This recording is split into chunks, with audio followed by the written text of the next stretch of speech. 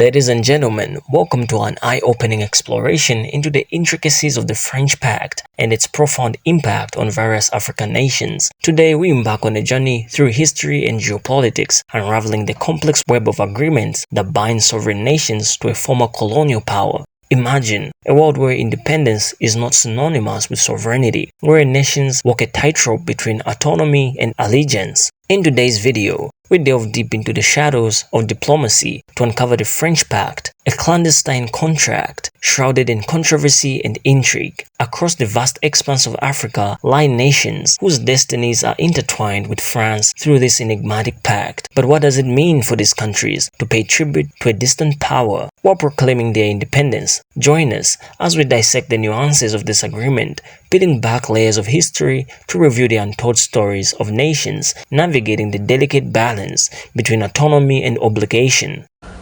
Between 1958 and 1961, France did something absolutely horrible.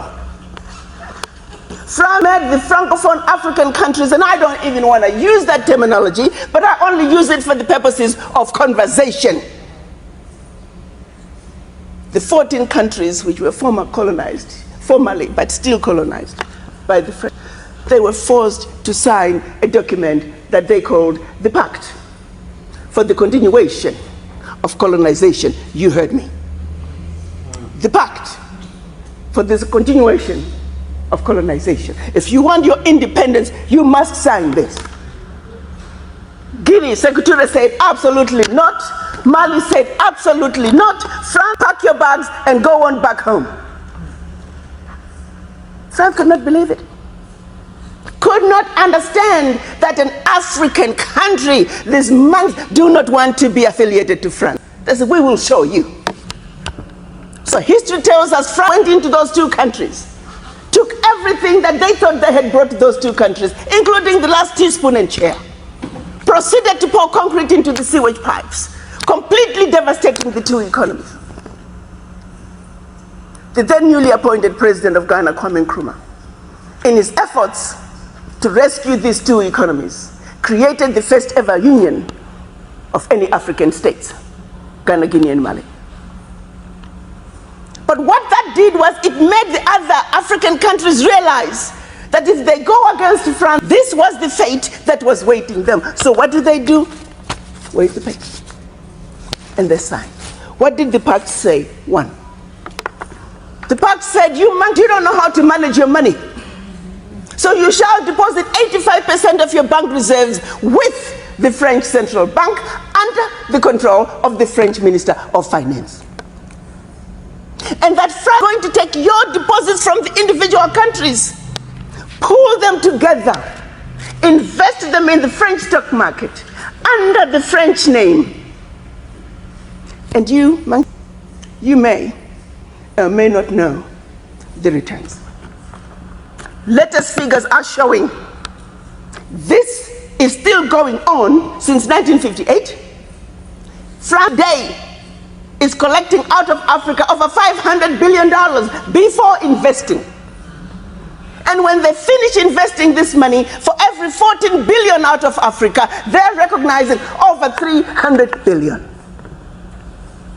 Now do the math. So when it's actually said and done, France taking out of Africa trillions of dollars every year, and we, the poor Africans, are gladly giving it to France. And the same France has the audacity to look at us and call us poor people. 1958. They went further with the pact. You say, we will also print your own money. We will print your money for you. They instituted what they were calling the CFA, special currency for the African countries, and that only France can print that money for you. They went on to say all the contracts, large contracts, public and private, French companies have the first right of refusal. All your minerals discovered, yet to be discovered, France has the first right of refusal. Now, my brothers and sisters, if one of you was to wake up one morning and you're president of one of those countries, and your chief of staff walks in first day and starts reading you out the do's and don'ts as stipulated by the Pact for the Continuation of Colonization, what power do you have? None. And the same countries that are stealing from Africa, they have the audacity to look at Africa and say, Africans, what's wrong with you? Why can't you all take care of yourselves? Well, let's start by leaving our $500 billion on the continent. But what they do instead, they want to throw you with a smoke screen.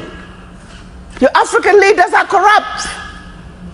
Well, you know, I gave you that. I mean, not all African leaders are corrupt. Africa is a family. No family is complete without crazy Aunt Sally and crazy Uncle Tom.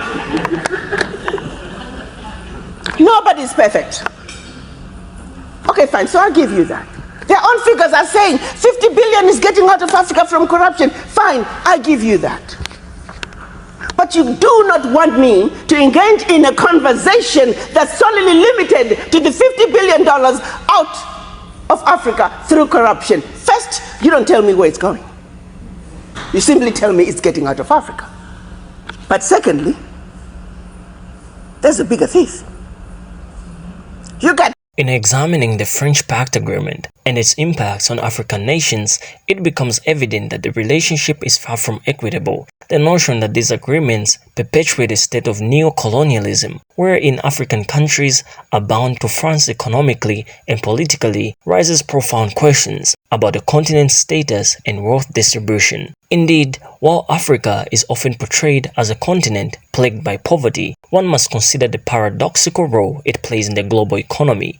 As mentioned, the immense wealth extracted from Africa, coupled with the systemic exploitation facilitated by agreements like this pact, paints a starkly different picture. It's a sobering realization that while Africa possesses vast resources and potential, its wealth often flows outward, enriching external powers at the expense of its own development. This dynamic challenges traditional narratives of poverty solely stemming from internal factors, instead highlighting the intricacies of global power dynamics and exploitation. Moreover, the assertion that Africa's contributions have played a pivotal role in the rise of Western powers underscores the interconnectedness of nations and the complex legacies of colonialism. Africa's wealth has historically fueled the growth and prosperity of nations afar, raising important questions about justice, reparations, and the redistribution of wealth on a global scale.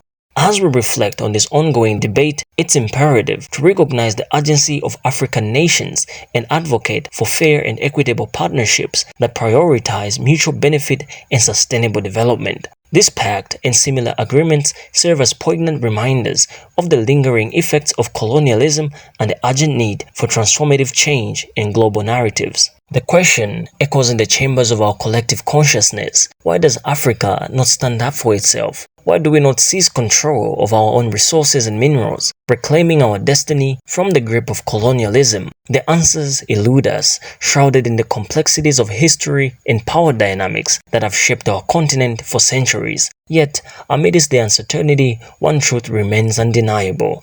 Africa is underrated. Our land teems with riches, our soil fertile with promise. Yet, we find ourselves relegated to the sidelines of global power, while our minerals fuel the engines of superpower nations. We are left with crumbs, labeled as poor and dependent. But this narrative is not immutable. It is within our grasp to break free from the chains of colonialism, to chart a new course towards sovereignty and prosperity. How, you may ask? The answer lies in unity, innovation, and unwavering determination. First and foremost, Africa must unite as one voice, standing tall against the forces that seek to exploit and oppress us. Through collective action and solidarity, we can amplify our strength and demand fair treatment on the global stage. Moreover, we must harness the power of innovation and technology to unlock the full potential of our resources. By investing in education, infrastructure, and sustainable development, we can build a future where Africa's wealth serves the needs of its people rather than lining the pockets of foreign powers. But perhaps most importantly, we must reclaim our narrative and assert our identity as proud, resilient Africans. We must challenge the stereotypes and misconceptions that perpetuate the myth of African inferiority and instead celebrate the richness and diversity of our continent. In doing so, we can forge a new path forward, one defined by self-determination, dignity, and prosperity for all.